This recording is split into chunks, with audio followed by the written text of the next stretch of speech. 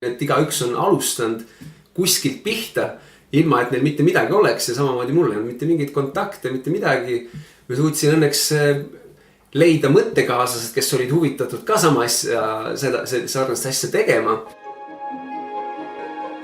Kallis kuulaja, alustab saade Hakkame tegutsema. Saade inimestele, keda huvitab ettevõtlus, eneseareng või lihtsalt soovib kuulata põnevaid lugusid. Räägime Eesti ettevõtjatega, aktiivsete tegelastega, kellest võib tavaliselt väga palju ei kuule. Mina olen Indrek Põldvee ja tänud, et oled minuga. Tervitused kõigile. Rõõm on kõike tervitada peale jaanipäevaseid puhkuseid ja pidusi ja kõik, kes teab, mis siin tehti. Et loodan, et uueks nädalaks olete kõik valmis ja aitäh, te kõik olete tulnud siia jälle kuulama ja mul on hea meel öelda, et on juba lugu number 10. Et see on minu jaoks siuke väike verstapost, et nüüd on 3 kuud on neid tehtud, et päris hea tunne. Ja aitäh kõikidele, kes on kirjutanud, kes on tagasisidet andnud ja jaganud, et see on seda ainult rõõm teha niimoodi. Ja tänase 10. saate külaline on meil Ronald Toko, kes on siis üks Edu Akadeemia eestvedajaid. Ja Ronald täna jagab oma elu, et kuidas ta leidis selle Edu Akadeemia, mida ta ennem tegi. Mina ei teadnud seda, et ta oli tegelikult päris tugevates võlgades vahepeal ja kuidas ta sellest kõik välja tuli. Ta jagab oma mõtteid haridusest ja üldse on selline äärmiselt põnev lugu, mis ta meieni toob. Ja palun andke mulle alati tagasisidet, et kirjutage indrek@hakkametegutsema.ee. Minge Facebooki, likeige, jagage, olen äärmiselt tänulik selle üle, et olen tänulik juba selle üle, et te juba seda kuulate, et see on uskumatu ja egas midagi, hakkame siis täna lugu kuulama, aitäh. Tere Ronald, räägi, milles tegeled? Tere Indrek, praegu istume sinu laua taga ja räägime juttu, et kui mõtled üldiselt, et millega ma tegelen. Ma mõtlen üldiselt pigem. Võib-olla praegu kõige rohkem, kes mind teada on, millega ma tegelen, Edu Akadeemia. Ja selle eesmärk on see, et tuua inimesteni maailma parimad teadmised ja ka kohalikul tasemel ja teeme siis erinevaid koolitusi korraldame, teeme online'is asju, viime inimesi välismaale parimatele sündmustele ja see on siis niisugune põhifookuses ja sellega seonduvalt sellise enesearengu ja kõige sellega see ongi minu igapäevane põhitegevus. Jaa, aga ma arvan, pärit teavad Edu Akadeemiast, et on väga palju põnevaid inimesi tulnud. Aga räägi, kuidas sinu algus selle Edu Akadeemiaga oli, et kus üldse selle idee võtsid, kuule, et võiks midagi sellist teha? See on, minu jaoks on selline loomulik asjade käik võib-olla, et ma 2008. aastast alates olen ise aktiivselt enesearenguga tegelenud, et ise koolitustel korduvalt käinud, ma arvan, et neid on üle 100 juba kokku tulnud kindlasti, kus ma käinud olen nii Eestis kui ka järjest rohkem ka välismaal ja tegelikult kuhu ma jõudsin, oligi see, et ühel hetkel ma sain aru, et mu elus reaalselt toimuvad muutused tänu nendele koolitustele, et kui seni, mis ma koolist olin õppinud ja mis on ülikoolis, ma käisin ka 4 aastat, ei lõpetanud kordagi, siis ma sain aru, et väga palju niisuguseid praktilisi teadmisi, mida eluks on vaja, koolis kahjuks ei saa. Nagu näiteks, mis need on? Nagu näiteks on see kõik toitumisega seotud asjad, on see üleüldine selline enesekindlus või kuidas see eneseväljendus, ütleme võib-olla rohkem isegi. Kõik, mis puudutab finantsidisi teemasid ja nii edasi, et need on nagu terve rida nagu erinevaid asju, mida nagu igapäevases elus tegelikult on nagu väga vajalikud ja lihtsalt neid ei anta nagu sulle selliselt kätte koolis, kus seda nagu võiks teha. Sest et üks asi, mis küsida, et miks see Edu Akadeemia üldse alguse sai, on see, et kui võtta haridussüsteemi ja haridust, siis haridus kui sõna ise ja selle definitsioon, see tuleb ütleme inglise keeles education ja see tuleb siis ladinakeelsest sõnast edus, mis tähendab potentsiaali välja toomine, to bring out potential. Ja kui ma seda nagu kuulsin, siis ma mõtlesin, et ma nagu ei ole kindel, et koolis see toimunud on, et mul on pigem endal vähemalt vastupidine kogemus kooliga, et minu potentsiaal on alla surutud ja minu sellised põhitugevused, mis ma nagu täna näen, on selline, et ma suudan hästi koostööd inimestega teha ja kontakti luua ja siis koolis sain ma aru seda, et need asjad on siis vahele segamine, ütleme kontakti loomine ja kui sa tahad koostööd koolis teha väga, siis see on maha tegemine. Ja kui ma tulin koolist ära nende teadmistega, siis ma ei pidanud neid oma tugevusteks. Ja siis milleni see viis oli see, et ma hakkasin ühel hetkel, mõtlesin, et tegelikult mulle ju meeldib matemaatika ja numbrid ka ja siis mingi hetk ma tegin raamatupidamist, mis on 180 kraadi täiesti sellest, mis on minu olemus ja mida ma täna teen, et ma püüan igal võimalikul juhul praegu vältida igasuguseid numbrite ja raamatupidamisega seotud asju, sest see ei ole minu loomusega sobiv, et ma olen rohkem loov, ideesid tahan genereerida, strateegiaid, inimestega suhelda ja lihtsalt see on, miks ma seda räägin, ongi see, et see on näide lihtsalt sellest, kui kaugele tegelikult tänane koolisüsteem võib meie inimesi viia oma tegelikust olemusest. Ja nagu ma ütlesin, et hariduse tegelik definitsioon peaks olema potentsiaali väljatoomine, seda ei tee.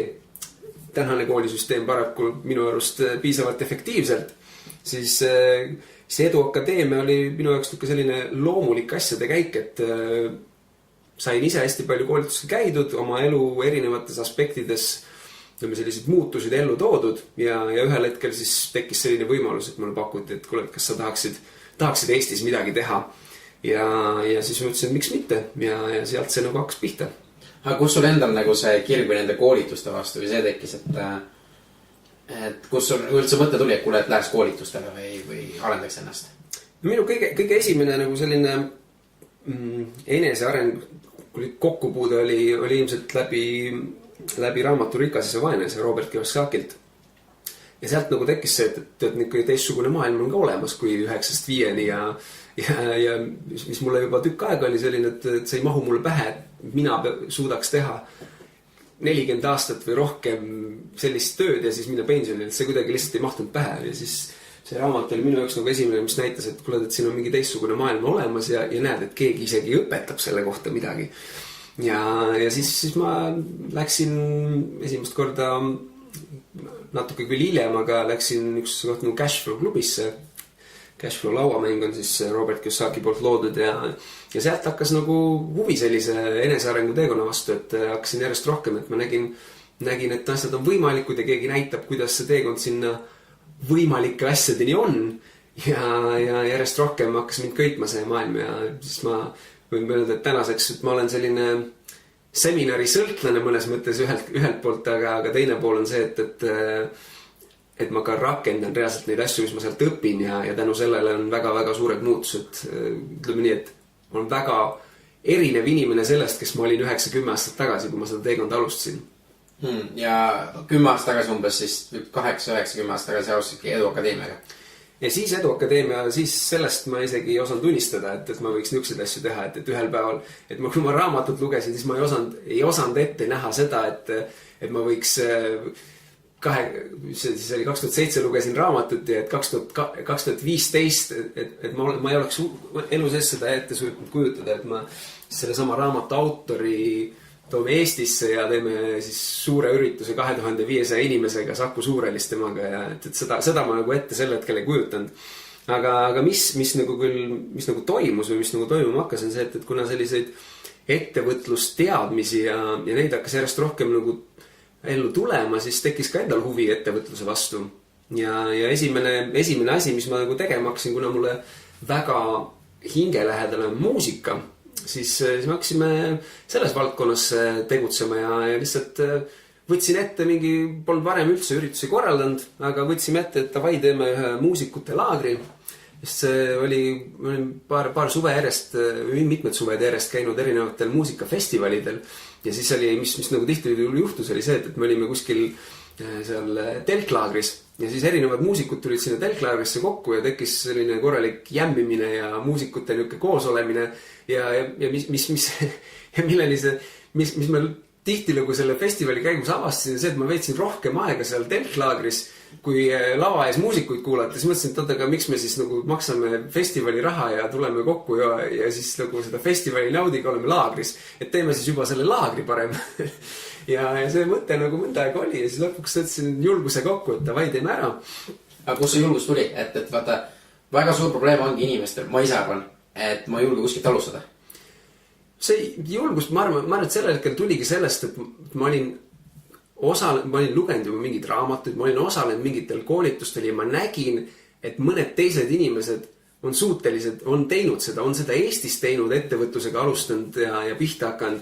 Ja siis ma mõtlesin, et kui teised suudavad, siis pean ka mina suutma ja nagu ma aru sain, et igaüks on alustanud kuskilt pihta, ilma et neil mitte midagi oleks ja samamoodi mul ei olnud mitte mingeid kontakte, mitte midagi. Ma suutsin õnneks leida mõttekaaslased, kes olid huvitatud ka sama asja, sarnast asja tegema. Ja siis tiimi koostöös sai esimene selline muusikute laager 2009 suvi tehtud, et see oli, mõtlengi tagantjärgi on väga pull mõelda, et sellel ajal oli iga asi, mis selle sündmuse jaoks sai nagu välja aetud või tehtud või see tundus nii suur. Sellepärast, et teed esimest korda ja sa ei tea, ja me saime koha, jess, suur läbimurre, meil on esimesed osalejad, suur läbimurre, ja igast need nüansid. Ja selles suhtes, ma ütlengi, et see, et ma seda ise hakkasin korraldama, tegema, ma arvan, et see on nagu kordades rohkem väärt, kui minna ülikooli õppima ürituskorraldust. Sest et täna me teeme suurüritusi ja maailmatasemel sündmusi, aga see sai võimalikuks ainult sellest, et me alustasime, hakkasime ise tegema mingisugust sündmuseid.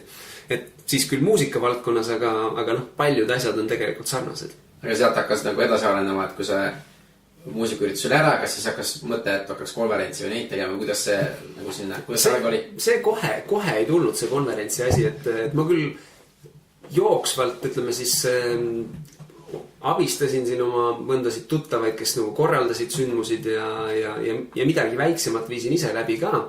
Ja ütleme siis tegelikult mingil määral see koolituste asi oli kogu aeg sees, sest me tegelikult ka muusikutele püüdsime sellist nagu harimist ja seda poolt nagu sisse tuua. Et tuua mentoreid ja nõuandjaid, kes jagavad oma kogemust. Et selles mõttes tegelikult oli see nagu, ütleme, jooksvalt nagu sees, aga võib-olla kui rääkida nagu üldse seda, kus üleminekust, ütleme sellisest muusikasündmustest, koolitussündmustele, siis ma arvan, et nagu murdepunkt mingis mõttes toimus siis, kui 2011 aastal mõtlesin, et me olime juba mõningaid sündmuseid teinud, väiksemaid, et teeks nüüd midagi suurt, teeks nüüd ühe vinge suure asja ja mõtlesime, teeme lauluväljakul ühe festivali. Ja võtsime selle ette ja siis põhimõtteliselt pärast niisugust poolt aastat korralikult pingutamist, vaeva, kõike möllamist, saime selle festivali tehtud, aga finantsiliselt tähendas ütleme siis summaliselt oli see 25 000 eurot miinust, mis tollel hetkel oli minu jaoks, ütleme vist oli kuskil 3 aasta sissetulek sellel hetkel minu jaoks. Ja ma olin just vahetult mõned kuud enne siis ka töölt ära tulnud, kuna suured asjad on tulemas ja asjad on juhtumas kohe. ja siis oli nagu selline seis, kus nagu see, et okei, et mis nüüd edasi on, et siit kuidagi nüüd midagi peab teisiti tegema, et samamoodi jätkata ei saa. Ja ütleme, sealt maalt tegelikult hakkas see muusikaürituste osakaal natuke vähenema ja muidugi üks asi, mis koheselt nagu mõtlesin, et okei, mis ma siis teha saan, et sellest miinusest välja tulla. Ja esimese asjana tuli pähe kinnisvara. Ja siis kinnisvara oli, ütleme siis, võib öelda oli see, mis mind aitas nagu sellest miinusest välja, et kuna ütleme siis selle cashflow klubide ja sellega seoses, mis oli kogu selles ringis õppinud ja siis tuttavaid, kes olid selle kaudu tekkinud, läbi selle siis sai see kinnisvarad maailma nagu astutud ja siis mõningate tehingutega järgneva 2-3 aasta jooksul sai sellest miinusest välja tuldud.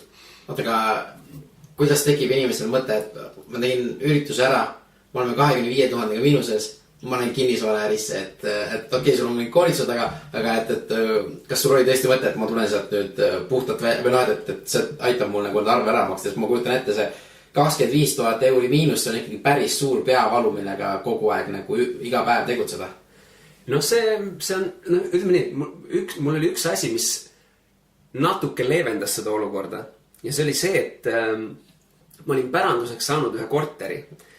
just vahetult enne, aga sellel hetkel oli see korter ikkagi, ta oli sellist seis, kus ma ei saanud seda müüa. Renoveerisime seda ja see oli nagu ütleme müügivalmis mitmed kuud hiljem. Üks asi ja teine asi, mis ma nagu võtsin enda jaoks, et üks see korter või mitte, aga ma pean sellest miinusest välja tulema niimoodi, et see ei ole nagu mõju on ju. Ja noh, ütleme, et sellel hetkel, kui see miinuse hetk nagu tekkis, on ju teine asi, mis ma võtsin, et igal juhul me maksame kõigil tagasi, et ma ei jäta nagu mingisugused asju maksmata. Ja noh, põhimõtteliselt, mis siis sellel hetkel sai tehtud, üks asi oligi, ma võtsin laenu. Ja noh, ma teadsin, et ma suudan sellest välja tulla ja ma võtsin laenu ja tegelikult selline, ütleme, laenuga elamine oli minu jaoks nagu päris mitmeid aastaid, kus ma nagu lihtsalt jälgisin, et kuidas nagu, noh, kas mul on, ütleme siis nende korterite ja muude asjade näol, mis potentsiaalselt sissetulek võiks olla suurem kui see, mis mul laenudele on ja et ühel hetkel, või noh, ütleme alguses siis oli see, et oli niisugune miinusmärk ees ja ühel hetkel hakkas nagu see nagu numbriliselt muutuma, on ju. Ja noh, tegelikult nende kinnisvaratehingutega tõesti, et sai see nagu see miinus tasa tehtud. Aga kuidas sul endal nagu see, ma mõtlen, kuidas see vaimselt nagu see, kuidas ma ütlen, valmistumine või käis, et ikkagi sa tunned, et sul on laenud, sul on miinus, sul on see, et kuidas sa sellega nagu üle elad või noh, et see on nagu nii raske, et paljud kas hakkavad siis alkoholi tarbima või mis iganes nad teevad, et kuidas sa sellele vastu pead, sellele survele? See on hea küsimus, jah, see ei olnud kindlasti lihtne periood, et selles suhtes, noh, üks asi, mis me tegime, oli see, et on ikka huvitav kogemus oma, et peale seda festivali kogemust siis osade tiimiliikmetega, kes meil sellest sündmuse korraldamisest siis tiimi veel alles olid jäänud, kuna tegelikult ka sellise suurema miinussündmusega ikkagist väga paljud suhteid läks, ütleme siis, ei läinud sellises suunas, nagu oleks tahtnud. Ja siis osa niisuguse väiksema pundiga me otsustasime teha sellise pulli, et me rentisime ühise korteri, kus me siis kõik elama läksime koos. See oli 5-toaline korter siis, ja põhimõtteliselt meil oli ikka pool aastat või natuke rohkem oli sellist kommuuni elu, nagu võib öelda. Ja noh, üks selle eesmärk oligi see, et me tuleme ühte kokku ja teeme kõik, mis saab, et sellest miinusest välja tulla. Ja noh, tegelikult, noh, ütleme, sealt saigi nagu alguse, ütleme siis osade mingid kinnisvaratehingu asjad ja noh, siin, ütleme siis muude asjadega, mis oli selle muusikavaldkonna ja sellega seotud, suutsime ka mingisugust lisaraha ikkagist tekitada, et vähemalt sellist elamiskulusid katta. Et eks ta, noh, ma ütlengi, et see kindlasti natuke nagu aitab, kui sul on inimesed ümber, kes ka liiguvad või mõtlevad kaasa ja tegutsevad selle nimel, et sellest miinusest välja tulla. Et kui niimoodi üksinda kuskil oleks ja siis noh, siis tõenäoliselt oleks see oluliselt hullem. Aga muidugi see ei olnud kindlasti lihtne periood ja nüüd niisugust nagu frustratsiooni ja niisugust punnitamist ja seda oli sellel ajal ikka kõvasti. Et aga noh, mis minu jaoks nagu võib-olla kõige paremini toimiski oli see, et ma nägin alati seda, et siit on võimalik välja tulla ja ma nägin seda, et ma tean, et ühel hetkel on asjad hoopis teistmoodi, hoopis paremini. Ja noh, ma mäletan ühte korda väga hästi, kui ma mööda tänavat kõndisin ja nii-öelda piltlikult ülespool universumi poole pöördusin ikka pisar silmis veidi ja ütlesin, et noh, praegu on asjad nii, aga ma tean, et ma suudan ja ma tean, et ühel päeval on asjad niimoodi, et ma jalutan kuskil ja ma olen tänulik sellele, mis mul on ja asjad on hoopis paremini. Ja tuleb tõdeda, et tänaseks ma selliseid jalutuskäike olen ka teinud.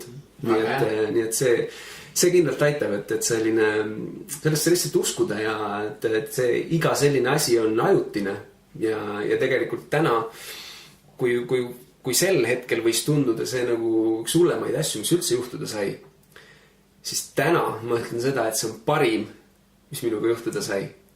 Ja seda just sellepärast, et see aitas tegelikult hakata asjadele vaatama hoopis teise pilgu läbi ja mõtlema, et kuidas ma nagu reaalselt sealt välja saan.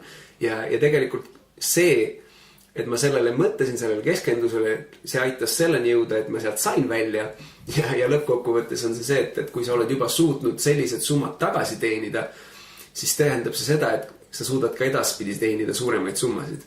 Ja ütleme siis ka, ja teine asi, mis on tekitanud minu jaoks on see, et ma täna, miks ma julgen täna võtta ette igasuguseid suuri asju teha, on see, et ma tean, et kõige hullem, mis juhtuda saab, ei ole üldse nii hull. Et see hull on juba läbitud, vaata. Et see on nagu, et tegelikult on ka huvitav, et ma tihtilugu inimesed tulevad minuni mingisuguste probleemidega, kõik on nii halvasti ikka, siis mis sul on siis? Ma ei tea, ma ei suuda, ma ei saa selle ürituse jaoks mingisugust, ma ei tea, mingit inimest või mis iganes. Ja siis kõik need asjad minu jaoks tunduvad nii pisikesed. Sellepärast, et ma olen olnud tõesti selles seisus, kus ongi väga suur miinus, sul on erinevad suhted, erinevatele inimestele oled võlgu, sa pead sellega nii-öelda koormaga kõndima. Ja siis nagu selle kõrval mingid pisiasjad, need tunduvad nii nagu olematud, et see on nagu võib-olla ka üks asi, mis tegelikult sellise kogemusega kaasneb. Ja tegelikult ongi see, et ma ei karda neid suuri asju sellepärast, et ma tean, et kui midagi peaks uuesti minema, siis järelikult ma õpin midagi veel paremat ja järgmine kord ma olen veel paremas seisus. Nii et selles mõttes ei ole midagi karta, et ükskõik millega hakkab pihta lihtsalt. Põhimõtteliselt on see lihtsalt ikkagi väga tugev mõttemaailma muutus. Et nagu sa enne mainisid, mis koolis antakse ja see, mis koolis see mõttemaailm on ja see, mis sa pärast oled, see ongi see nagu väga suur erinevus. No koolis on ju see, et vigade tegemine halb on ju, siin karistatakse iga vea tegemise eest. Kahjuks või õnneks päris elus on see teistpidi. Läbi vigade sa just õpidki. Ja tegelikult ka, kui sa mõtled kooli peale tagasi, siis mis on need asjad, mis sul kõige paremini meeles on? Suur tõenäosus on see, et väga paljud asjad nendest on need, mida sa esimese korraga kontrolltöös või milleski valesti tegid ja pärast läksid järgi tegema või mida sul õpetaja väga tugevalt välja ütles, et näed, see oli see klassi ees veel parem oli, ütleb, et näed, see on täiesti jama. Ja siis mis sa teed on see, et sa paned kõik sellesse, et see asi selgeks saada. Ja see asi on sul hiljem selgem. Aga ütleme siis reaalses igapäevaelus ükskõik mida sa ette võtad, siis vead ja need tulevad igal juhul ja mida kiiremini sa suudad jõuda sinna, kus sa aktsepteerid seda, et sul vead tekivad. Seda kiiremini suudad sa neid asju, neid vigu, ütleme siis läbi teha, mis on omaette eesmärk, et kui sa hakkad midagi uut tegema, sa tead, et vead tulevad, siis on küsimus, kui kiiresti sa need läbi teed. Ja kui palju sa suudad neid vältida juba sellega, et sa küsid targematelt inimestelt nõu. Nii et täna ükskõik mida uut ma alustan, siis väga selgelt kaks asja, et ma alati püüan leida kellegi, kes on selles valdkonnas parim, maailma parim ja leida võimalusi talt õppida. Ja teine asi on see, et kuidas see protsess võimalikult kiiresti käima panna, ehk need vead, mida ma nii hakkan tegema, võimalikult kiiresti läbi teha. Ja see on niisugune mudel, mis vähemalt mulle seni on tulemusi toonud. Aga sa ütled, et sa otsid kellegi üles, kes on juba teinud, on maailma parim. Kuidas sa leiad need inimesed ja kuidas sa nagu kontakti võtad? Et selles suhtes, et mina mõtlen, et ma tahan ka USAs on mingi kõva vend, et tahaks tema kontakti või küsida abi. Miks ta peaks mulle üldse vastama? Miks ta peaks mulle mingi tegema? Ei peagi vastama ja ega mina ise ka ju kõigiga otse kontakti ei võta. Et väga paljude inimestega algab kontakt minu jaoks näiteks läbi mõne online kursuse. Et ma ostan tema kursuse ja ma vaatan seda või siis samamoodi live-koolitus. Ma olen väga paljudel koolitustel USAs, Londonis ja erinevates riikides üle maailma käinud ja see inimene ei tea minust mitte midagi, aga lihtsalt kui see materjal mulle korda läheb, siis on tihtilugu juhtunud see, et ühel või teisel hetkel see inimene jõuab minuni, sest et mul on soov seda materjali olnud levitada, me oleme seda siis oma kanalites või mingit muud pidi inimesteni viinud ja ütleme siis väärtust loonud, et nagu tegelikult see, mis sa teed, on ju, et sa küsitled ja räägid teiste inimestega ja ütled küll, et see on nagu enda huvides ainult, aga tegelikult sa sellega lood väärtust palju rohkematele. Teised inimesed, kes kuulevad seda ja samamoodi need inimesed, keda sa küsitled, nende jaoks on ju sinu väärtus või sinu selline ütleme siis, kuidas öelda, usaldusväärsus oluliselt kasvab. Ja samamoodi on see, et mida ma ise alati olen püüdnud teha, et mõelda seda, et kuidas ma saan kõige rohkem väärtust pakkuda sellele inimesele. kellelt ma õppida tahan, eriti kui ma taga tuttavaks tahan saada. Aga jah, kõige lihtsam versioon on see, et sa lihtsalt lähed mõnele koolitusele või osaled mõnel online kursusel või muud pidi loete raamatut ja õpid läbi selle. Et kõik mentorid ja nõuandjad ei pea sul isiklikult tuttavad olema. See on väga õige. Aga okei, räägime nüüd jälle Edu Akadeemia juurde, et kuna see algus tuli, et kinnisvaraga tegelesid, said oma miinused vaikselt lahti, et kaua sa või kinnisvaraga tegelesid ja mõtlesid, et nüüd võiks jälle koolitusi teha või kuidas see tee nagu kulges? See tuli kuidagi loomulikul teel jällegist, et kuna ma ütlesin, et ma nagu pidevalt koolitustel käisin, siis ma ütlesin, oli kuskil 2012 aasta lõpupoole. Käisin Londonis, osalesin ühel Anthony Robbinsi koolitusel ja siis sellel sündmusel tuli üks korraldusmeeskonna inimene tuli minu juurde ja ütles, et kuule, et kas sa tahaksid äkki Eestis midagi teha selle sündmusega ja Anthony Robbinsiga seoses, et ma võin tulla ja teha workshopi. Ja siis ma mõtlesin, et davai, miks mitte, võime proovida. Ja me leppisime taga suhteliselt varsti kokku siis esimese workshopi, mis me tegime. Ja just mõtlesin, et selle oli ka päris pull, et me leppisime kokku selle ja meil oli 2 nädalat selle ürituseni aega, kui me selle kokku leppisime.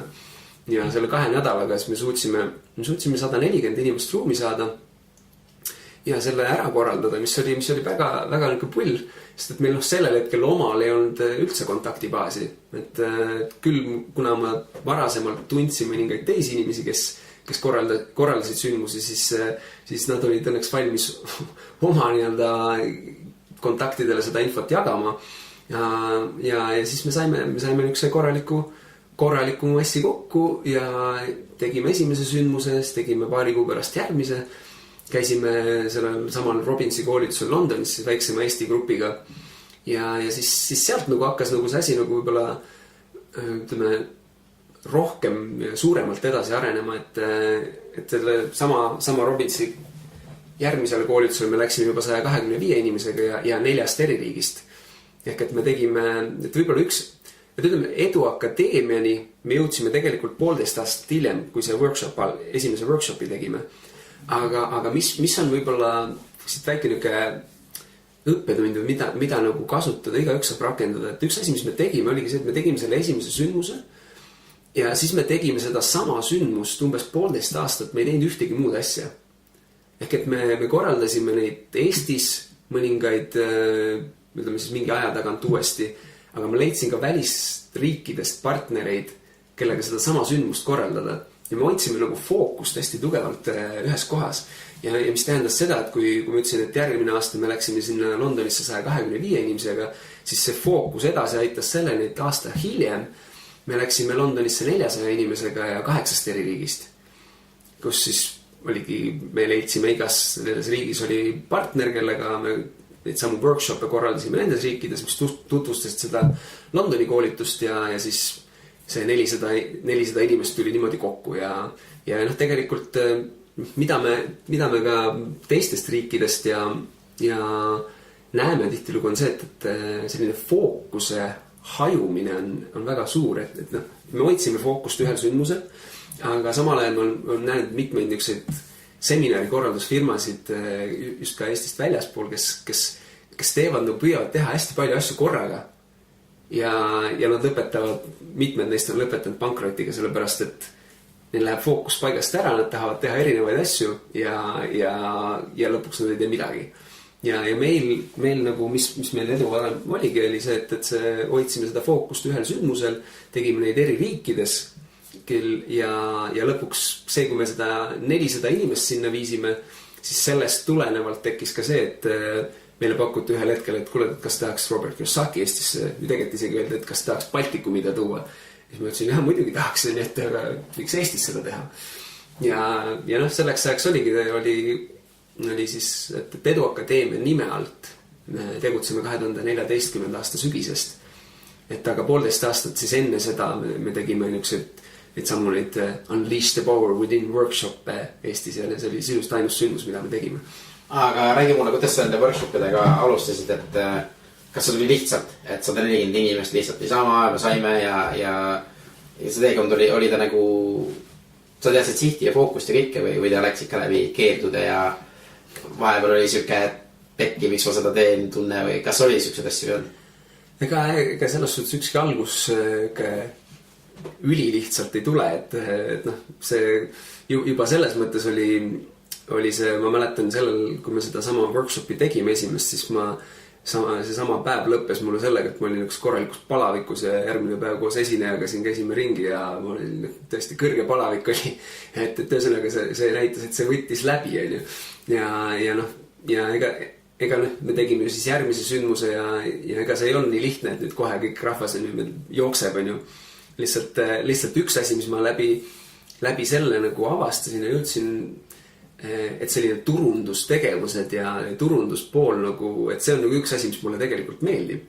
Ja noh, seda ma olin ka varasemalt tegelikult nende muusikasündmuste puhul teinud. Lihtsalt nüüd oli ta nagu teises võtmes selliste seminaride puhul ja ma järjest rohkem hakkasin aru saama, et tegelikult mulle see meeldib. Aga noh, ma ütlen, et lihtsalt ei tulnud kindlasti, lihtsalt kuna mulle see asi meeldib, siis ma katsetasin piisavalt palju erinevaid asju ja nende paljude erinevate asjade seas olid siis need asjad ka, mis toimisid. Aga mis need toimisid ja mis ei toiminud, kas paar näidet, mis sa proovisid?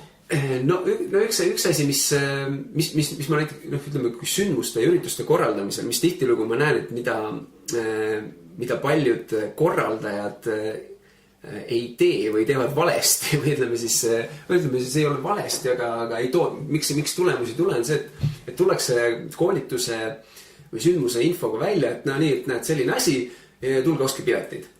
Ja siis noh, ongi, et nüüd siis müüd nii kaua, kui püüad siis nagu hakata müüma seda pärast seda, kui oled välja tulnud. Ja üks asi, milleni me jõudsime üsna kiiresti, mis toimib, on see asi, et sa tegelikult lood sellise paar nädalat või isegi natuke rohkem sellise eelturundusperioodi, kus sa lood kõigepealt huvi selle sündmuse vastu. Ja me tegimegi sedasi, et niisugune asi on tulemas, me loosisime mingid pileteid välja ja tegime selliseid erinevaid asju, kus ongi, et me saime juba enne, et ütleme nii, et sellel hetkel, kui meil piletid müüki tulid, oli juba terve hulk inimesi, kes oli küsinud, et millal piletit osta saab. Selle asemel, et tulla välja ja öelda, et nüüd ostke piletit ja siis on kõigil, mida sa siin müüd, on ju. Et see on nagu üks asi, milleni ma jõudsin suht kiiresti. Et selline loogika nagu toimib ja seda me siis, ütleme siis mudelina nii-öelda rakendasime eri riikides ja noh, vastupidiselt üks asi, mis ei toimi, ongi see, et kui sa panedki, et davai, näed, niuke asi tuleb, on ju, ja nüüd ostke pileteid ja siis hakkad punnitama, et seda müüa, et noh, see on nagu kahepoolne näide. Aga kaua sa nagu välismaal mitu üritust sa nagu jõudsid teha üldse, et Eestis ja kus siis tekkis see huvi üldse, et proovis ka naaberriikides? Huvi tekkis, üks asi oli see, kui me sellel esimesel aastal Londonis osalesime 20 eestlasega, siis meile pakuti võimalust seal koha peal kohe mingi arv pileteid ette osta uueks aastaks. Ja siis me otsustasime 50 piletit osta. Ja sellega seoses kaasnes kohe see, et okei, et meil on vaja need piletid ära müüa, sest et me oleme sinna raha alla pannud ja kuidagi on vaja nendest ju lahti saada. Ja siis ma mõtlesin, et Eestis me tõenäoliselt suudame seda teha, aga see tähendab, et meil on päris mitut sündmust vaja ja sellest tulenevalt hakkasime kohe mõtlema, et kuidas oleks äkki teha seda ka mõnes lähiriigis. Ja tegelikult jällegi niisugune asi, mida osad ütlevad, kuidas välismaale minek ja see on niisugune keeruline ja nii edasi ja mis ma siis esimese asjana tegin, läksin Google'isse, kirjutasin Google'isse Anthony Robbins Latvia ja Anthony Robbins Lithuania ja siis vaatasin, et kes on esimesed inimesed, kes sealt selle guugeldamise peale välja tulevad. Ja põhimõtteliselt selle guugeldamise tulemusena ma lõppkokkuvõttes leidsin partneri nii Lätis kui Leedus. Nii et Lätist oligi keegi, kes seal välja tuli, ma kirjutasin talle, et ütles, et ma ise ei ole sellest huvitatud, aga ma võin ühe organisatsiooni listi selle saata. Ja ma ütlesin muidugi ja siis sealt vastati päris kiiresti, paar inimest vastasid, kes tahtsid seda sündmust vedada. Ja teine, Leeduga oli veel pullim kogemus, et ma leidsin ühe inimese blogi, kes oli väga huvitav, aga osalenud ühel samal üritusel, kus minagi. Ja Robin siis kirjutanud seal. Ja siis mina kirjutasin talle siis e-maili, et näed, niuke mõte ja vaatasin, et sul tundub Robinsi teemad osa suvi, et äkki teeks Leedus midagi sellist, nagu me oleme juba Eestis teinud. Ja siis ma sain niukse vastuse, mis mind üllatas väga, väga suurelt ja see oli see, et see inimene töötas selle hetkel Eestis. Nii et ma sain selle sama Leeduga, kellega ma guugeldasin Tallinnas kokku. Ja lõppkokkuvõttes küll tema ei olnud see, kellega koostöös me seda sündmust korraldasime, aga ta leidis meile Leedust korraldusfirma, kes oli meil mitu aastat väga hea partner. Aga kuidas see korraldamise vahe Eestis ja Lätis ja Leedus, kus ta erineb ka või on mingid asjad õppetunnid? See oli tegelikult väga, väga huvitav periood, need paar aastat, kus me, tegelikult üks asi on Läti-Leedu. Ja teine asi on see, et ma rääkisin 8 riigist, siis seal 8 riigi hulgas on veel Rumeenia, Bulgaaria, Ungari, Küpros ja kõige tordiks kirsile on siis Liibanon. Ja üks asi, mis tegelikult nagu nendes riikides tehes, ütleme siis igas riigis me leidsime partneri, kes korraldas, sest meil ei ole mõtet hakata ise üles ehitama kogu, sest kultuuriliselt on iga riik väga erinev ja kuidas läheneda ja kuidas suhelda ja nii edasi. Ja tegelikult väga, väga pull oli see kogemus nagu näha, mis nagu eri riikides toimub. Et kui me ütleme, et Eesti, Läti ja Leedu olid suhteliselt nagu väga palju, üks asi, mis me Leedus saime aru, et nii oluliselt vähem inimesi räägib inglise keelt ja seal oli väga paljud vahesed tõlget. Et see oli võib-olla üks erinevus, ma nägin nagu Läti ja Eestiga, et Lätis ja Eestis meil on piisavalt inglise keelt kõnelevaid inimesi, Leedus ei olnud. Aga huvitavamaks läks asi siis, kui mida lõuna poole me läksime. Ja mis ma mõtlen selle on see, et kui ütleme Eesti ja Leedu ja meil on ikkagi see, et kellaaeg see ja kellaaeg algab, on ju, inimesed on arvestanud sellega, on ju, kõik on nagu kuidagi raamides rohkem ja et kui asjad on nii, siis on nii, on ju, lepime kokku, nii on ju. Siis mida lõuna poole me läksime, seda rohkem me nägime, et inimesed on sellised vabamad selliste kellaaegade ja reeglite ja kõige osas. Et hea näide selle osas Ungarist on see, et kui üritus pidi mingil kindlal kellaajal algama, kui meil on tavaliselt, ütleme, selleks üks asi siis, meil on mingi paar tundi vähemalt enne seda on juba, ütleme, kogu ruum kõik valmis, siis Ungaris, ütleme siis tiimiliikmed osad nagu jõuavad hiljem ja ütleme siis võtavad asju vabalt, panevad pooled asjad ära toolidele, siis ülejäänud asju nagu peab neile meelde tuletama. ja siis on samamoodi osalejad, et on kellaaeg nagu millal algab, siis see, et üritus hakkab tund aega hiljem, see tundus on nagu kõigil okei või nagu normaalne, et osalejad jõudsid hiljem, üritus algaski hiljem, on ju see, kui algselt nagu kirjas pidi olema, aga samal ajal kõigil on nagu, keegi ei ole pahane, kõigil on see nagu okei. Et kui Eestis selline asi toimuks, siis oleks terve hulk inimesi, kes ütleb, mis toimub, mis värk on, et üritus pidi algama sellisel ajal, mis jama on. Aga seal olid kõik nagu võtsid nagu rahulikult seda. Aga isegi sina, kui eestlasena, vaatasid seal, mis toimub? No, et püüdsime lihtsalt siis kaasa minna sellega, et vaatasime, et tundub, et kõik nagu tiimiliikmed ja osalejad ja kõik on nagu rahul sellega, mis praegu käib. Siis võtsime, et okei, et järelikult nii peabki olema.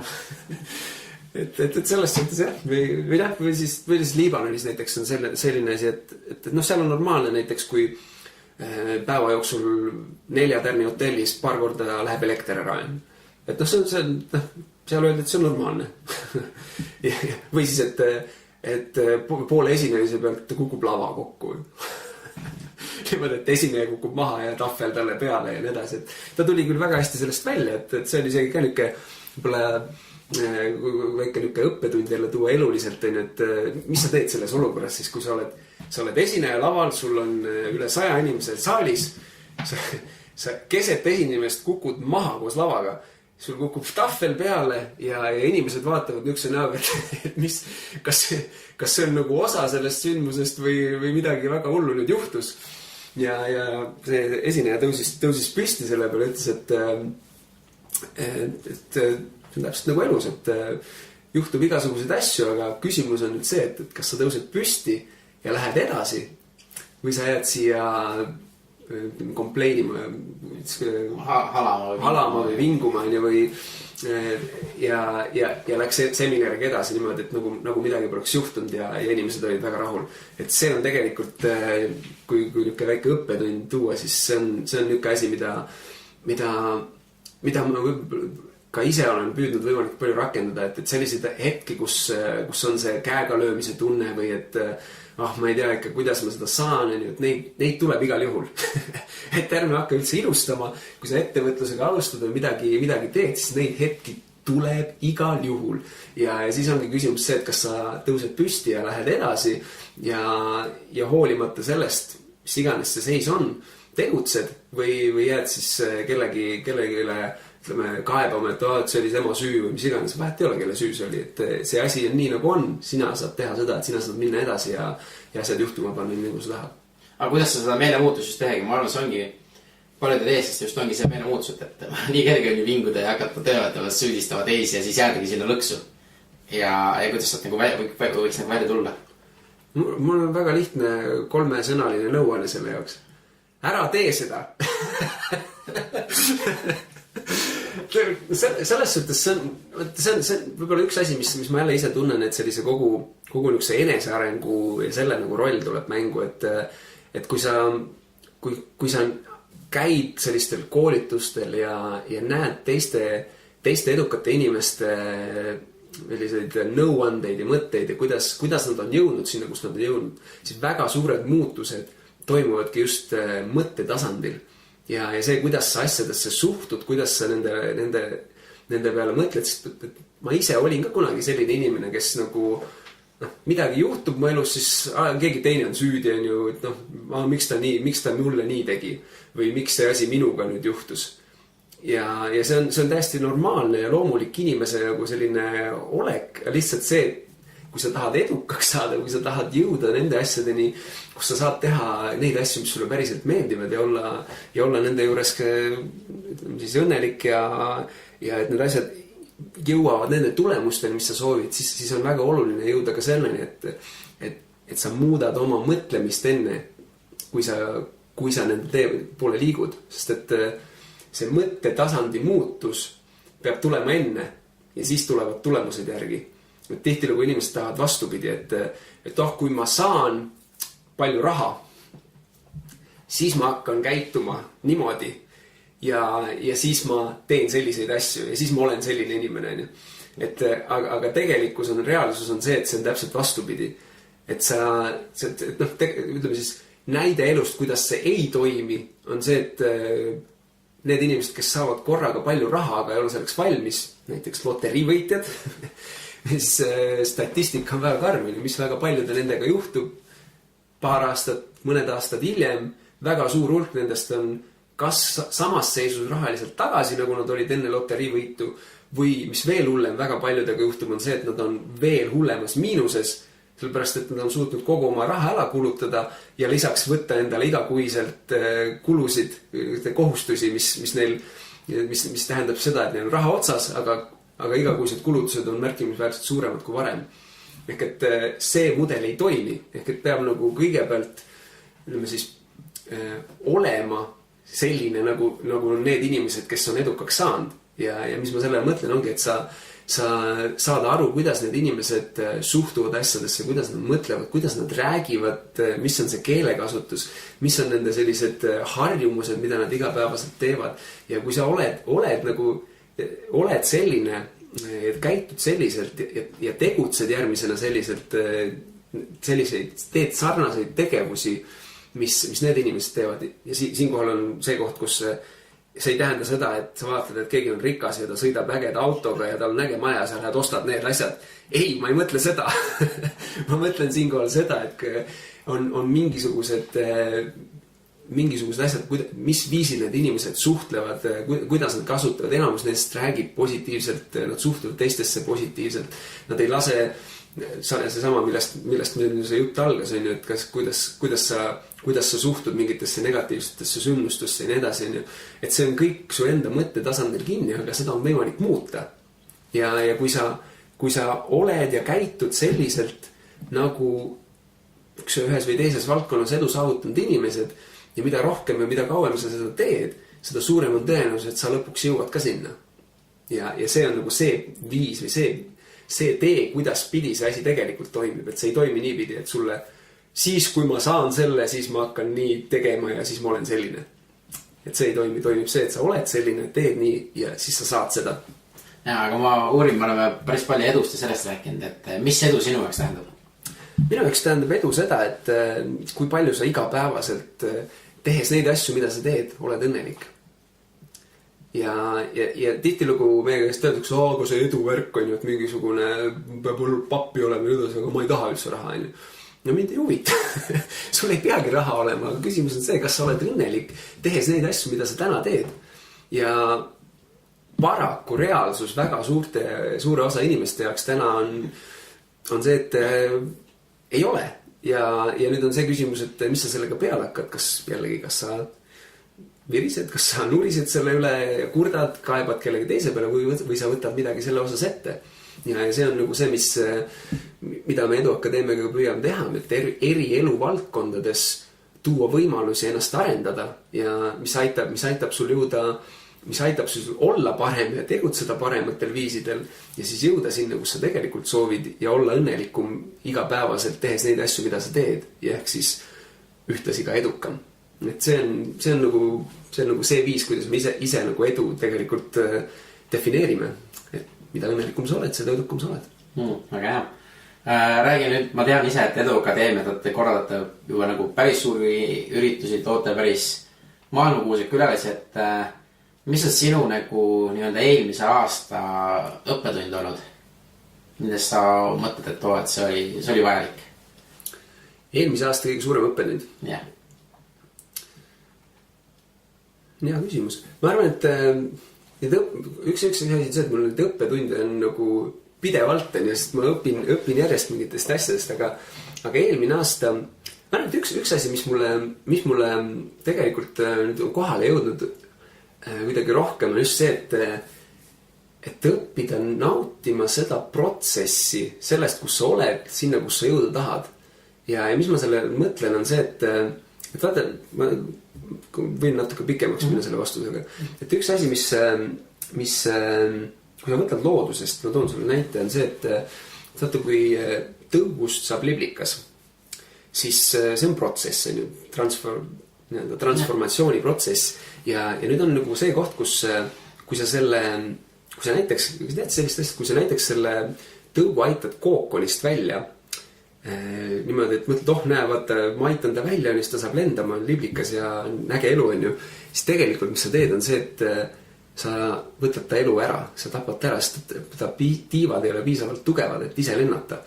Ja see protsess, ütleme siis, et jõuda sealt sellest kookonist välja ja oma tiivad piisavalt tugevaks, see on vajalik selle liblikal läbi teha. Ehk et kui ta suudab sealt juba ise välja tulla, siis tähendab, et ta tiivad on piisavalt tugevad ja see suudab lennata. Ja nüüd kuidas, võib-olla sa küsid, kuidas see nagu mis see õppetund ja kus see nagu point on, et mis ma nagu aru sain, ongi see, et kui ma täna mõtlen, et ma olen 9 aastat kuskil sellise enesearengu ja sellega tegelen, siis samamoodi on minu jaoks olnud väga-väga oluline see protsess ja selle ise läbi tegemine. Ehk et mis meie Eduakadeemiaga ka inimestele anname, see, et me saame anda selliseid juhiseid. Ehk et me saame seda protsessi sinu jaoks nagu kiirendada ja lühendada, aga meie sinu eest ei saa seda tööd ära teha. Ja ükskõik, mida sa tahad nagu teha, siis on tegelikult 2 asja, mis on võib-olla just siis, ütleme siis eelmise aasta minu jaoks niisugune suurim õppetund, et kui ma võtan midagi ette, siis minu jaoks on nagu 2 küsimust, et see, et miks ma seda teha tahan. Et see on hästi oluline teada, miks, sest ütleme siis Robbins ja nii edasi paljud ütlevad, et miks on 80% ja see, kuidas sa selle saad, on 20%. Ja kui see miks on paigas, siis teine asi on see, et see, mida sa tegema hakkad, et suuta ja võtta enda jaoks eesmärgiks see, et kuidas sa saad nautida seda protsessi võimalikult palju. Sest nagu me juba rääkisime, et niisuguseid takistusi ja raskusi ja neid hetki tuleb igal juhul. Aga kuidas sa suudad minna, kuidas enda jaoks nagu mõtestada see, et ma tean, et need tulevad ja naudin neid ja need on osa protsessist, mille ma pean niikuinii läbi tegema. Et see on võib-olla niisugune asi, mis minu jaoks on nagu kuidagi just nüüd viimasel ajal nagu rohkem kõnetama hakanud, ja enda elule tagasi vaadates ka. Väga hea. Ütle mulle, kui sa täna kaotaksid kõik, mis kontaktid, raha, kõik asjad, peaksid nullist alustama. Mida sa teeksid? Ma läheks, püüaks, või ütleme, ma leiaks mõne inimese, kelle osas ma näen, et temast võiks mulle mingit pidi kasu olla ja püüaks leida, kuidas ma talle võimalikult palju väärtust saan anda. Ja ma arvan, et sellest ma alustakski. Ja siis hakkaks üles ehitama. Just, et see, ütleme, väärtusloome teistele inimestele ja sealt tulevad asjad edasi ja siis oluline ongi valida, et kes on see inimene või kes on need inimesed või inimgrupp, kellele sa tahad seda luua. Väga super. Aga lähme nüüd nii-öelda kiirküsimuste juurde. Et jällegi, sa ei pea kiirelt vastama. Aga kas sul on mingi kindel hommikune rutiin, millega sa iga päev alustad? Mul on viimase aasta jooksul tegelikult tekkinud üsna kindel hommikurutiin küll, et põhimõtteliselt üks asi, mis ma teen, ma teen hommikul selliseid hingamisharjutusi ja need on, kuidas öelda, see on natuke nagu sellise spirituaalsema maailmaga nagu osaliselt seotud, et ma eelmine aasta käisin Tallases ühes spirituaalses retreadis ja seal, kuna mul tegelikult üks Eesti tuttav juba oli varasemalt sellega kokku puutunud ja ma nägin, et tema pealt, et tal on nagu muutused elus toimunud, siis ma nagu läksin sellega kaasa ja siis jah, üks asi on jah sellised mõned hingamisharjutused, sest et miks see on oluline, on see tegelikult, et hapnik on kõige olulisem üldse inimesel, et ilma hapnikutega sa pead kõige vähem vastu ja teine asi on see, et kui su kehas on nii huvitav asi, et hapnik ja mürgid su kehas, inglise keeles on oxygen ja toxins, kõlab nagu paremini, et nad on nagu vastandid omavahel ja kui su keharakud ja keha saab nagu hapniku peale, siis kuna nad on omavahel läbi ei saa, siis mürgid kehast lahkuvad oma vabal valikul lihtsalt ja piltlikuks tehes, et ma ei hakka sellest nagu pikemalt rääkima, aga see on nagu üks asi, mis on nagu erinevatest kohtadest minu jaoks välja tulnud, see õige hingamine, et sa hingad kõhuga, mitte rinnaga, vaata kuidas väiksed lapsed hingavad, kõht käib sisse välja ja siis mõned harjutused, mis aitavad nagu seda siis keha puhastada ja mõned joogaharjutused on need, mis ma enamikel hommikutel teen ja nüüd tegelikult eelmisest aastast veel, mis on üks asi, mis mul on igapäevaseks harjumuseks saanud, on hääleharjutused ja põhjus on selles, et ma hakkasin eelmine aasta, ma leidsin endale lauluõpetaja ja ma hakkasin laulmisega tegelema, mis tuli minu ellu nagu ootamatult, et kuigi ma muusikaga olin juba varasemalt tegelenud, aga mis on huvitav selle juures on see, et tegelikult ei ole laulmisel ja rääkimisel põhimõtteliselt vahet. Ehk et täpselt samad asjad, mida sa teed rääkimisel, sa teed ka laulmisel. Ja see, kuidas sa ennast väljendad, see on tegelikult ülimalt oluline. Ja järjest rohkem ma saan sellest aru ja kuna ma ise näen ennast järjest rohkem nii kõnelemas kui laulmas, siis ma jällegi olen võtnud enda jaoks selle miks poole, et ma tean, et ma tahan seda teha rohkem, mulle meeldib, ma tunnen ennast hästi selle juures, ma olen see laulmist ja sellist kõnelemist tehes õnnelik. Ma teen, see on see miks ma seda tahan teha, ja teine pool on see, et ma tean selleks, et minu hääl tänasest, kus ta on, jõuaks sinna, kus ma suudan suurtel lavadel ka laulmisega inimeste ees olla, siis ma tean, et ma pean arenema ja ma pean seda protsessi läbima, nagu ma juba enne rääksin, protsess, siis minu jaoks see protsess on igapäevased hääleharjutused ja ma olen enda jaoks võtnud selle, et ma teen neid ja püüdnud selle võimalikult nauditavaks teha. Aga jah, sellised asjad on niisugused asjad, mis ma siis enamikel päevadel teen. Selge. Kui sul oleks suur plakat, mis läheks kas Vabaduse väljakule või kuhugi, mis selle reklaamiga, mis sa paneksid, mis see sloogan või mis sa tahaksid, et inimesed näeksid, mis see kirjas oleks? Suurele plakatile. Ma arvan, et see on hea küsimus. Ma isegi, sa vist ilmselt saatsid need ette ka mulle, aga ma ei ole nende peale mõelnud tegelikult. Ma mõtlesin, et parem kui nagu tuleb lihtsalt see pähe, mis tuleb. Ja noh, ma usun, et üks asi ikkagist on see, mis on seotud meie sellega, et leia üles see, mida sa tegelikult, milleks sa oled loodud ja mis on sinu tegelik, sest vaata, meil on 7 miljardit inimest on planeedil ja igaüks neist on milleski maailma parim. Ja eesmärk on igal sellel inimesel leida üles see oma tõeline anne või tõeline geenius.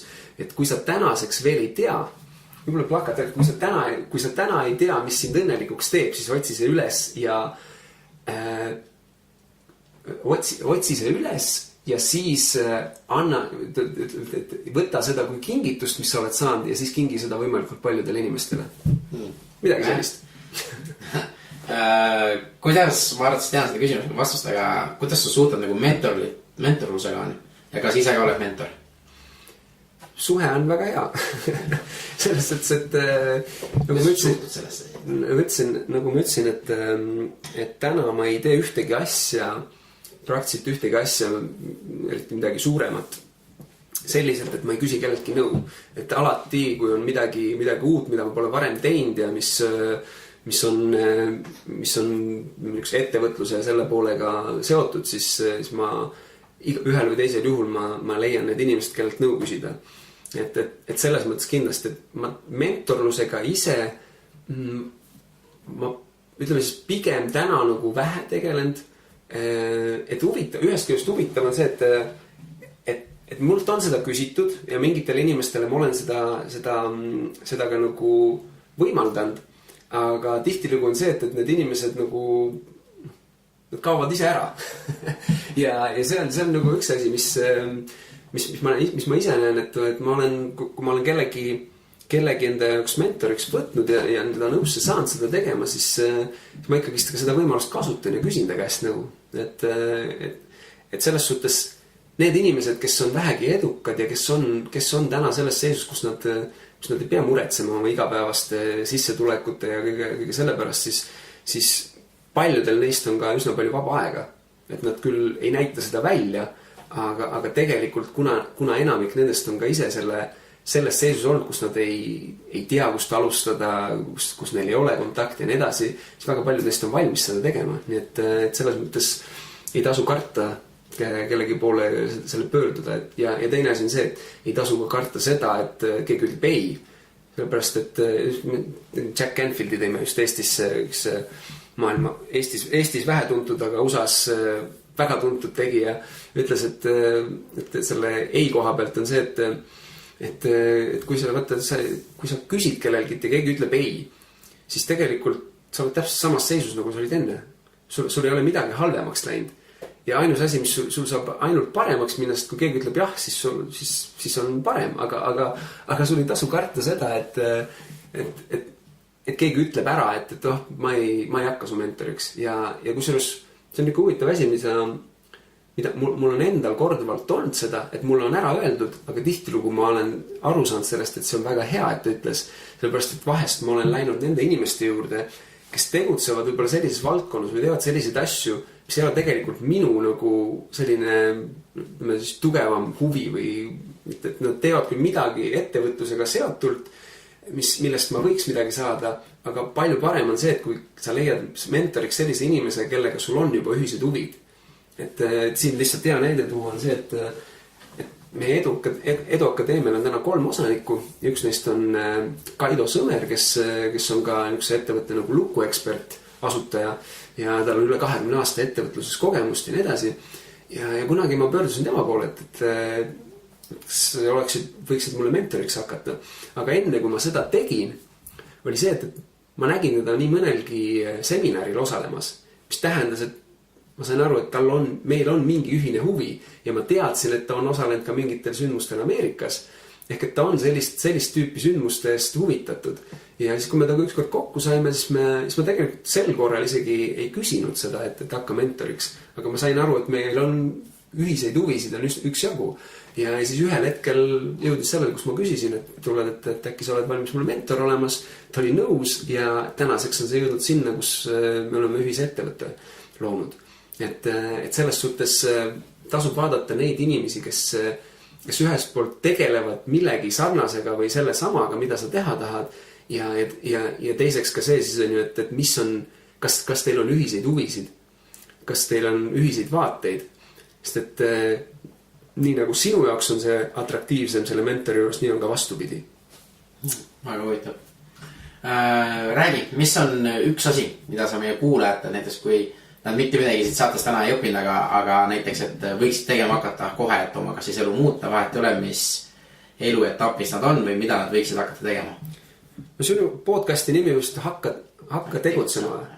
No see ongi, et kui nüüd nagu seda natuke ümber sõnastada või natuke seda mõtet laiendada, siis tegelikult ongi see, et üks asi, miks ma arvan, et ma täna väga selgelt tean, mis on minu tugevused ja miks ma täna saan teha neid asju, mis mulle kõige rohkem meeldivad ja nende inimestega, kes mulle meeldivad ja nii edasi, on see, et ma olen hästi palju asju teinud. Ja läbi nende hästi paljude erinevate asjade tegemise ma olen aru saanud täpselt seda, et mis on need asjad, mis mulle ei meeldi ja mis on need, mis meeldivad. Ja tegelikult ongi väga palju minu poole ka küsinud selle küsimusega, et aga kui ma ei tea, mis mulle meeldib, siis see on normaalne seis jälle, kus sa oled, sest nagu ma ütlesin, et enamik inimesi, kes tänasest koolisüsteemist välja tulevad, ütlevad, et ma ei tea, sellepärast, et nende tegelikku potentsiaali, nende tegelikku andeid ei ole seal välja toodud. Ja mis ma just ka oma 12. klassis käivale õele ütlesin, et kui sa ei tea, mida sa teha tahad, siis pole mõtet lihtsalt minna midagi õppima ülikooli, et selle asemel minna ja kas või mingites vabatahtlikes organisatsioonides osaleda, proovida teha, osaleda erinevates projektides, lüüa kaasa, katsetada nii palju erinevaid asju ja ühte asja jälgida selle juures. Mis on need asjad, mille käigus, mille tegevuse käigus sa tunned, et neid ma ei tahaks mitte kunagi teha, et ma absoluutselt ei naudi neid ei anna mulle mitte midagi ja need ei tule mulle hästi välja ka. Et üks asi on jälgida neid asju ja teine pool on jälgida just seda, et mis on need tegevused, mille käigus sa tunned seda, et just kui aeg lendab. Et ma usun, et nii sul kui kõigil kuulajatel on mõni asi või mõned asjad, mida sa oled oma senises elus kogenud, et sa teed seda ja selle käigus on vaatad ühel hetkel, et kus see kell nii palju juba mööda läinud. Minu jaoks üks selline näiteks on muusika. Et ma tean, et ma võin kuskil seltskonnas gitarriga, kui seal on veel mingid lauljad ka, mängin, siis see aeg nagu on täiesti olematu tähtsusega, sest et see lihtsalt ühel hetkel vaatad, et kus see kell nii palju juba on. Ehk et siis jälgida neid asju, mis sulle ei meeldi ja neid asju, mille puhul sa tunned, et sa lihtsalt naudid nende tegemist.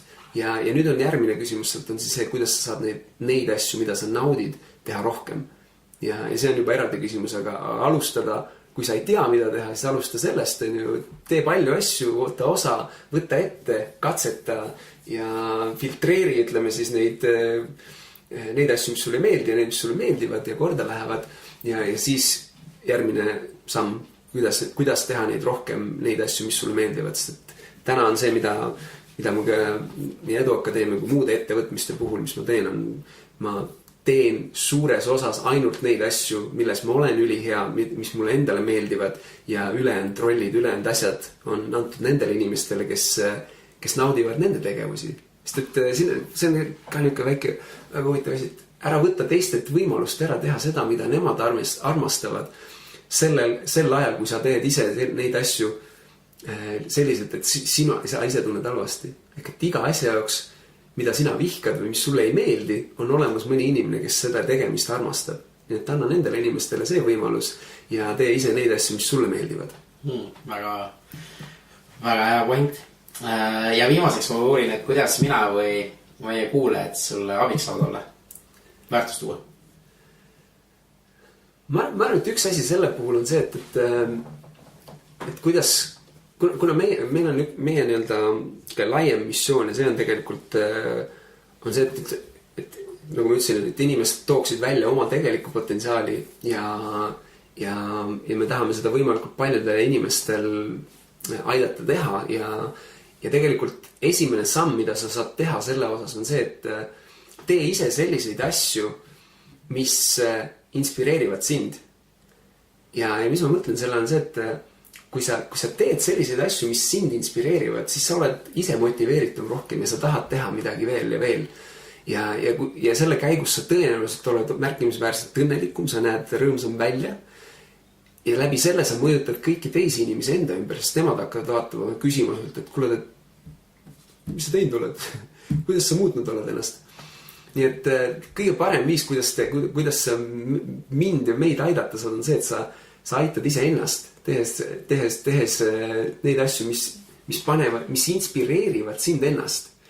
Ja muidugi on tore, kui te osalete Edu Akadeemia koolitustel, webinaridel ja nii edasi, aga nagu ma ütlesin juba enne, et meie ei saa aidata sinul seda protsessi läbi käia, me saame sulle anda lihtsalt parimad teadmised, parimad nõuandeid, kuidas sa vigu saad vältida, kuidas sa saad jõuda kiiremini kuskile, aga selle töö sa pead ise ikkagist ära tegema. Nii et alusta ise endast, muuda ise ennast, tee selliseid asju, mis sind inspireerivad, inspireeri teisi inimesi enda ümber ja loome sellise kogukonna või inimestest,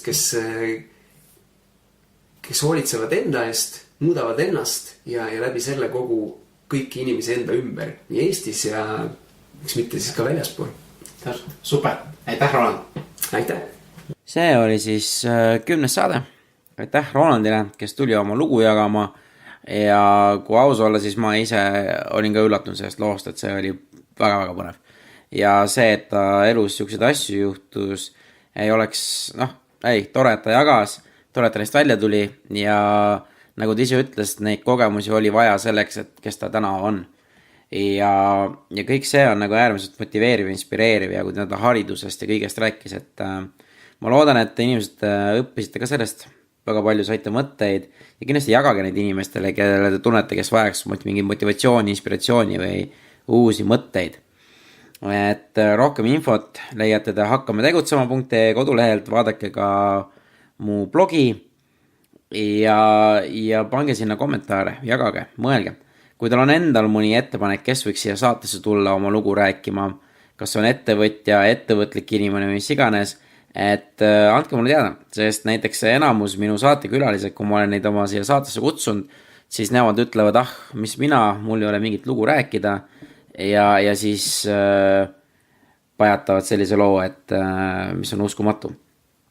Ja ongi kõik. Et tänu kuulamast teile kõigile ja olge mõnusad, olge rõõmsad, aidake teisi üksteist ja nautige elu. Järgmise korrani!